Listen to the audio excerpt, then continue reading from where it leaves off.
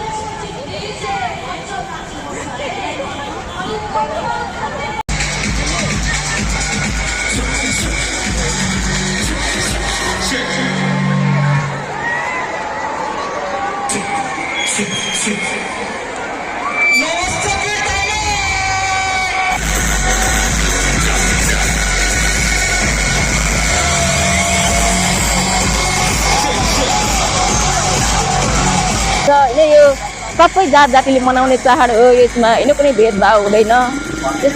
होली भन्ने बित्तिकै एकदम रमाइलो चाड जस्तो लागेर आउँछ क्या, मलाई चाहिँ एकदम खुसी लाग्छ।